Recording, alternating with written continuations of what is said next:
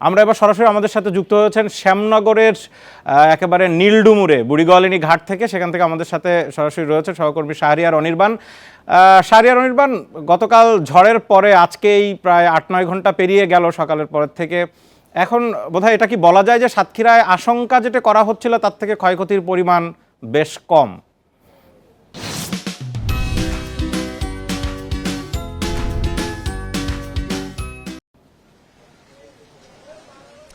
হ্যাঁ বাশার, আমরা যেটা প্রথম দিন থেকে মনে করেছিলাম যে জলোচ্ছ্বাস প্রায় 10 থেকে 15 ফিট পর্যন্ত উঠবে এবং এতে বিশেষ করে সাতক্ষীরার যে ইউনিয়নগুলো রয়েছে, দুর্যোগপূর্ণ ইউনিয়ন গাবুরা, আশাশুনি এবং পদ্মপুকুর, এই এলাকাগুলোর বেশিরভাগ এলাকা প্লাবিত হবে।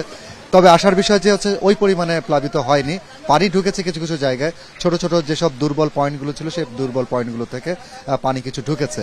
আমরা যে তথ্য পেয়েছি সেটা হচ্ছে গাবুরার বিশেষ করে গাবুরার দুটি পয়েন্টে, একটি নাপিতখালী এবং আরেকটি জায়গায়, সেই দুটি জায়গায় পানি প্লাবিত হয়ে বেশ কিছু চিংড়ির ঘের প্লাবিত হয়ে গেছে। এর বাইরে যদি আপনাকে বলি যে কালকে সন্ধ্যা 6টা থেকে যদি হিসাবটা করা যায় যে ঘূর্ণিঝড় রিমেলের প্রবেশ অর্থাৎ তার যে লেজ স্পর্শ করা শুরু করে, সেখান থেকে যদি এখন বাজছে প্রায় 5টা, এই সময়ের ভেতরে ঘূর্ণিঝড় রিমেল কিন্তু বিভিন্ন সময়ে তার চরিত্র পরিবর্তন করেছে। বাতাস হচ্ছে এখনো সকাল থেকে ঝোড়ো বাতাস, ভারী বৃষ্টি, উন্মাতাল খোলপেটুয়া। তো আপনাকে যদি এখনকার ছবি দেখাই, সারাদিনের ভেতরে জেলেদের একটি ট্রলার এখানে এসছে, আমরা এখন দেখছি।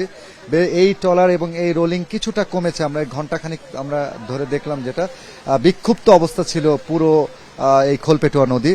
প্রচন্ড বৃষ্টি হচ্ছে, তো এর ভিতরেও একটা নৌকা আমরা দেখলাম যে একটা ট্রলার এসছে এবং এখানে এই পারে যারা আটকে ছিল গতকালকে থেকে, তারা চেষ্টা করছেন যে এই ঝোড়ো বাতাসের ভেতরে এবং এই বড় বড় ঢেউ আসছে, এই সময় কিছুটা একটু সময় পেয়েছে, বাতাসের তোড়টা একটু কমেছে, তারা এখন তাদের গন্তব্য অর্থাৎ গাবুরার দিকে তারা যাচ্ছে।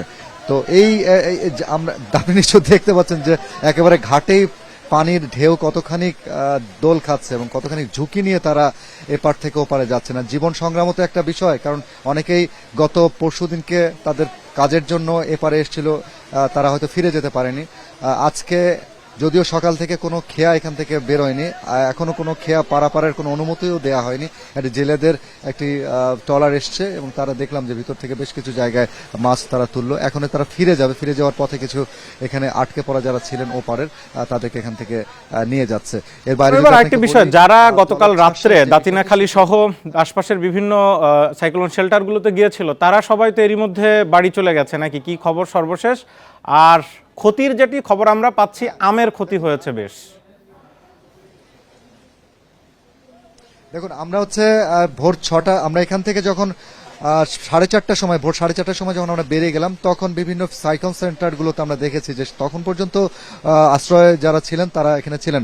দাতিনাখালীতে আমরা দেখেছি সেখানে বেশ ঝুঁকিপূর্ণ একটি বাঁধ ছিল, সে বাঁধটি ভেঙে যাওয়ার একটি সম্ভাবনা ছিল বলে আতঙ্ক ছড়িয়েছিল। তো আমরা সেখানে গিয়ে দেখেছিলাম যে বাঁধটি এখনো ঠিক আছে।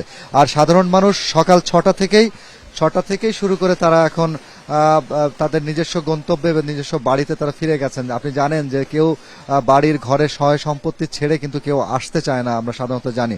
তারপরেও ঘন একেবারে ভারী বৃষ্টি ছিল, প্রচন্ড ঝোড়ো বাতাস ছিল বলে অনেকেই গতকালকে রাতে আমরা দেখেছি যে এখানকার যেসব সাইক্লোন সেন্টারগুলো ছিল সেই সাইক্লোন সেন্টারগুলোতে তারা এখানে এসছে এবং আশ্রয় নিয়েছে। এর বাইরে শুধুমাত্র এইটুকু আমরা তথ্য আমাদের কাছে আছে যে সুন্দরবনের ব্যাপক রকমের ক্ষয়ক্ষতি হয়েছে, যেটি এখন আসলে সশরীরে গিয়ে বা সচিত্র প্রতিবেদন করার মতো এখন বাস্তবতা নেই।